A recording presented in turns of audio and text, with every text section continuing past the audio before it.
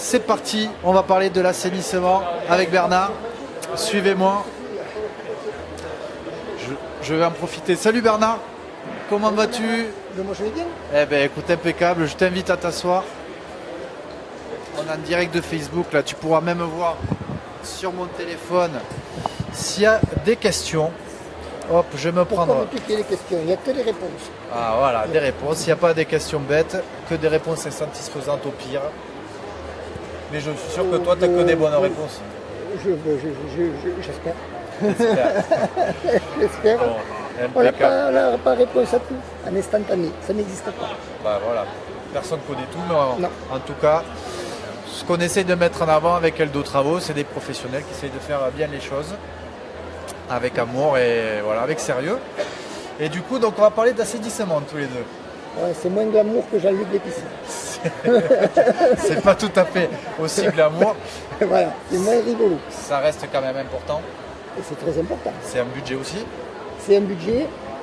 Est-ce que tu peux te présenter Bernard avant pour les gens qui nous regardent pendant que tu bois mon café? Oui. B. Bernard, BTVJ, entreprise toulousaise, un associé, 4 salariés, entreprise qui a 14 ans d'existence. Très bien. Voilà. Référencé au niveau du SPANC depuis 2009-2010.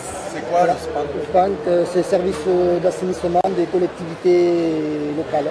Donc c'est des Albi, Tarnadou, Veolia, voilà.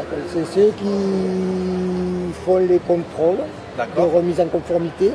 Une fois qu'on fait les travaux, c'est eux qui contrôlent les maisons quand elles sont à la vente pour voir si elles sont conformes ou pas et qui disent ce qu'il faut y faire dessus. Enfin, ce qu'il faut remettre en conformité. Voilà. D'accord. Si c'est les eaux usées, le pluvial, si on mélange les deux, si les volumes des fosses sont disproportionnés par rapport à la maison. Voilà. D'accord. Donc c'est eux qui disent c'est pas conforme, c'est polluant, très polluant, travaux à faire immédiatement ou pas. Voilà.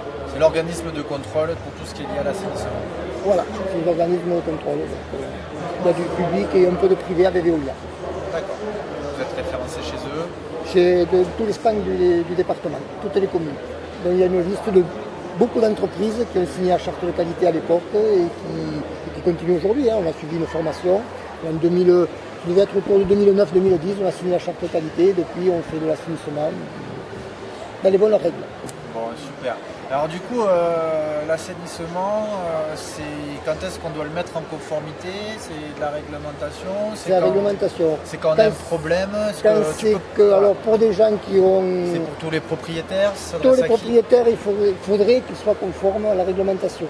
D'accord. Alors aujourd'hui, l'obligation est sur les maisons neuves individuelles ou immeubles neufs, construction. Donc là, forcément, c'est pas une mise en conformité, mais c'est se mettre conforme à la réglementation, c'est faire un assainissement qui correspond à la réglementation. C'est quand on vend une maison. D'accord. Quand on vend une maison sur le département du Tarn, il y a obligation de se mettre en conformité. D'accord. Donc le futur acquéreur a 1 an pour se mettre en conformité après l'acte d'achat. D'accord, c'est pas au vendeur, c'est à l'acquéreur. Ça, c'est une discussion entre l'acheteur et le vendeur. Je ne rentre pas dans ce genre de débat. Soit des fois c'est le vendeur, voilà, ça ne me regarde pas. Non, c'est le vendeur qui fait soit les travaux avant et comme ça il va à une maison conforme et il peut valider son prix. Soit il dit j'ai pas envie de m'embêter et c'est l'acquéreur qui négocie le prix. Il y a un devis, il faut un devis établi chez le notaire qui valide cet argent et qui bloque l'argent pour l'assainissement, pour la remise en conformité. Voilà. Et l'acquéreur, il a 1 an pour se mettre en conformité après la signature de l'acte. D'accord. Au-delà de ces transactions, dans quel autre cas on est confronté à la mise en conformité de l'assainissement? Et si on vient à être très polluant, avec des odeurs nauséabondes et que le voisinage se plaint au niveau de la collectivité, donc la mairie peut mettre en demeure une personne de vraiment se mettre en conformité. Salut, après, voilà, y a beaucoup trop de tomates qui poussent dans le fossé de la route au printemps ou à l'été, donc c'est pas normal. Il y a un truc bizarre. Il y a un truc bizarre, donc il faut se mettre en conformité, mais ça arrive, honnêtement, ça arrive jamais. C'est surtout la maison individuelle neuve ou immeuble, la construction et la vente de maisons ou d'immobilier qui est remise en conformité. Et j'ai oublié pour la personne qui veut agrandir sa maison et qui dépose un permis de construire. Tiens, je ne savais pas. Ça profite pour faire un petit coucou à Nicolas et à Marie qui viennent de se connecter. Ouais. Et alors du coup voilà, du moment qu'il y a un permis de construire, qu'il y a un agrandissement de maison, il faut mettre l'assainissement conforme à l'agrandissement de maison. Donc, si on ajoute une chambre de plus, une pièce de plus, forcément l'assainissement qu'on avait, qui était conforme peut-être à l'époque, n'est plus assez, pas assez dimensionné, voilà, par rapport à la nouvelle habitation. Donc, obligation de se mettre en conformité. Waouh, donc là, ça veut dire quoi? On peut rajouter ou c'est... Non, on change tout. On change tout. Et on change tout. Alors, là, il n'y a pas possible de rajouter quoi que ce soit. Super. Alors, maintenant... Nous, maintenant qu'on sait quand est-ce qu'on doit mettre en conformité, oui. Merci Bernard de nous en avoir informé. Qu'est-ce qu'on a comme option alors du coup? BTBJ. Technique. Non, mais on s'adresse. Alors comment on fait? On s'adresse à un professionnel comme toi. Oui. On s'adresse au SPANC. Qu'est-ce que tu conseilles aux gens qui nous alors nous les gens souvent s'adressent au SPANC. Ils ont une liste d'entreprises locales qu'ils ont référencées, qui ont signé la charte de qualité. Et dans cette liste-là, les gens choisissent les entreprises qui leur semblent les plus proches, les mieux, les mieux. Et puis là-dedans, chaque entreprise va présenter différents systèmes d'assainissement qu'il fait, parce qu'il y en a une multitude de la filtration classique. Alors qu'est-ce qui existe là? Parce qu'il y a de tout là, il y a de il y a de tout et de rien. Il y a des noix de noisettes, je sais pas quoi, il y a de tout. Non, il y a grosso modo il y a 3 types d'assainissement, 3 ou 4 types d'assainissement. D'accord. La filtration classique qui s'est faite pendant les années 2000 jusqu'à aujourd'hui, mais c'est la fosse toutes eaux dimensionnée à la maison et le filtre à sable vertical drainé, classique 25, 30, 45 mètres carrés. Okay. Voilà. Et ça c'est ce qui se faisait il y a encore pas très longtemps, qui se fait encore, mais que moi personnellement je fais de moins en moins, voire quasiment plus. Après on rentre sur la microstation, c'est-à-dire beaucoup plus compact, un système beaucoup plus compact, puisque là on prend beaucoup moins d'emprise au sol, on prend que quelques mètres carrés. Mais il y a de la mécanique, il y a de l'électricité, il y a de l'usure, il y a de l'épanne et il y a la consommation électrique. D'accord. Voilà. Et ensuite, il y a le filtre compact naturel. C'est-à-dire soit à travers moi ce sera plutôt de l'écorce de pin chez Parco, voilà, ou la zéolite de chez Parco. Voilà. Donc pas d'électricité, pas de mécanique, pas de maintenance, pas de... Que des avantages. Que des avantages sur l'écorce de pin, même pas de renouvellement de filtre naturel. Il est permanent, il est à vie. Donc c'est les premiers, c'est les leaders là-dessus, c'est les premiers à être homologués sur le filtre écorce de pin permanent. Wow. Donc une fois qu'on a posé la cuve de 10 ans, on n'y revient plus, on ne touche plus à rien. D'accord. Et au bout de 10 ans, quand même, chez Parco, au bout de 10 ans, il faut quand même faire quelque chose, sinon c'est pas rigolo l'assainissement. Voilà, il oublie qu'il y a un assainissement, donc c'est pas rigolo. Ça traite du déchet, il y a quand même un truc... Non, alors c'est que les fines particules de l'écorce de pin se dissouent au fur et à mesure de l'utilisation, et le niveau descend dans la cuve, le niveau d'écorce de pin descend. Et on rajoute tout simplement une recharge à l'écorce de pin, on rajoute 10 cm d'écorce de pin et on repart pour 10 ans de plus. D'accord, voilà, tu remets une petite couche. Une petite couche sous l'épandage des effluents, et puis voilà. Et on repart pour 10 ans de plus. C'est génial ça. Pas d'électricité, pas de mécanique, pas de maintenance. Donc c'est un vrai bonheur. C'est un vrai bonheur. Et c'est naturel. Alors, et Parco en plus étant une entreprise 100% française, fabriquée en France. Ils sont où Parco? Alors, siège social dans le 93. D'accord. Fabrication dans Lyon à Senan. D'accord. Voilà. Et l'expérimentation à Metz dans l'Hérault. Voilà. Donc eux, ils ont 50 ans de vécu sur l'assainissement. Ils sont homologués depuis le premier zéolite est en 94. D'accord. La première zéolite, c'est le nom du produit. Zéolite et Parco. Il y a 2 systèmes chez les Parco. Il y a la zéolite, le classique, le plus ancien, c'est la zéolite. Donc c'est une filtration compacte aussi à travers de la roche, la zéolite. C'est une roche naturelle qu'on trouve dans les Landes ou ailleurs. Okay. Donc une roche naturelle. Et après, ils ont la boxe Parco, l'écorce de pin, qui est un produit plus récent, mais qui a un écart de prix. Il y a un peu de différence. Suivant sur le nombre d'équivalents habitants, on mettra un produit ou l'autre. Mais tous les deux sont homologués, tous les deux sont sans électricité, tous les deux sont sans entretien, avec une cuverie qui est validée pour 50 ans. Donc on est vraiment tranquille. Voilà.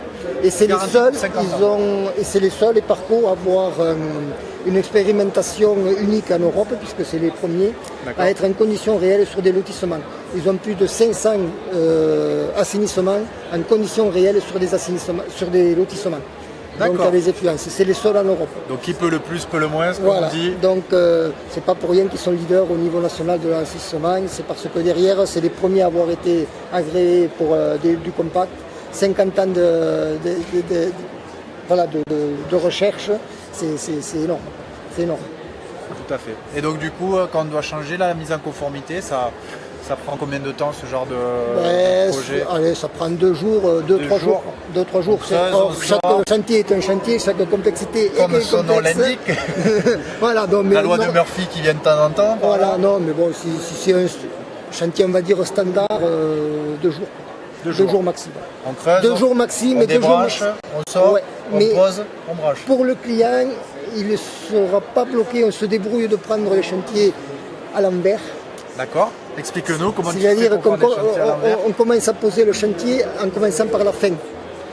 Et on débranche la maison pour raccorder au nouveau système que tout à fait à la fin. Donc il sera bloqué pendant 2 heures à peu près, qu'il ne pourra pas tirer la chasse d'eau, tout ça. On se débrouille de fonctionner à l'envers par rapport à une construction neuve où on commence par faire les raccordements, on met la fosse toute aux eaux, plus la filtration, l'exutoire. Là, on prend les niveaux, on fait des calculs, ça va, moins ça va, suivant la pente du terrain, et on démarre par l'exutoire, le filtre, la cuve, et on raccorde à la fin tout à fait la maison, tout à fait à la fin. Donc, c'est BTBJ qui fait ça ou c'est tout le monde? Je ne sais pas aller voir les concurrents. Mais BTBJ on fait ça. Donc les clients, c'est toujours une question récurrente qui revient.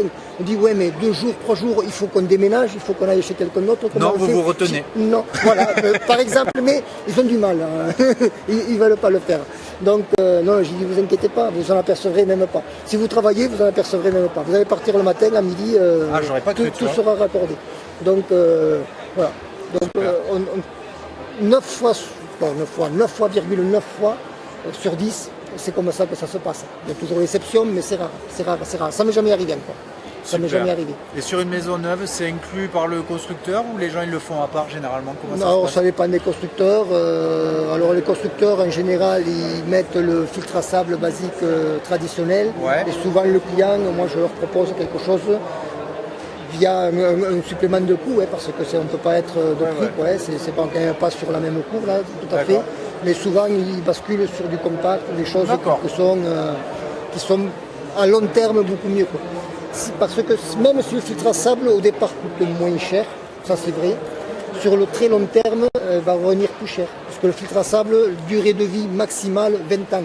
Et c'est rare qu'ils arrivent à 20 ans parce qu'aujourd'hui je commence à refaire des assaisissements qui ont été faits il y a 20 ans, où ils sont saturés et posent problème. C'est génial. Et double problème, c'est que le filtre à sable, il y a très peu d'entreprises qui traitent ces déchets-là. Parce qu'il y a du plastique, il y a du gravier, il y a du sable qui est pollué. Donc aujourd'hui on va à Bordeaux le faire dépolluer. Donc personne n'y va. Donc on laisse ça en place et on met un système en parallèle à côté, beaucoup plus compact. Donc filtre à sable moins cher au départ et beaucoup plus cher à l'arrivée puisque il faut refaire un assainissement entre 15 et 20 ans, on refait complètement un assainissement. Vous voyez, ça c'est les conseils terrain d'experts du sujet. Bon, on essaye. Merci beaucoup Bernard, j'en sais beaucoup plus sur l'assainissement. Avec grand plaisir. Je suis très content. Du coup, est-ce que tu sais que c'est un live solidaire? Oui, j'en ai entendu vaguement parler. Non, je sais. Donc je compte sur toi pour mettre des cœurs et des partages. Voilà, je remercie le Crédit Agricole de reverser 1 € à chaque fois que tu likes ou que tu partages au Secours Populaire pour lutter contre la précarité énergétique. Alors on a fait une très très belle opération à Toulouse, on a réussi à récolter pas mal de fonds. Il y aura une remise de dons qui sera faite en direct le 21 mars, donc restez bien connectés sur Eldo Travaux pour savoir combien on a réussi à décrocher. Mais j'aimerais bien quand même qu'Albi on arrive à battre le record de Toulouse. Ouais, non mais... Tu crois que c'est jouable ou pas? Tout est jouable. Non, mais on est plus solidaire à Albi qu'à Toulouse. Non, moi je crois. Voilà, est-ce qu'on est plus solidaire?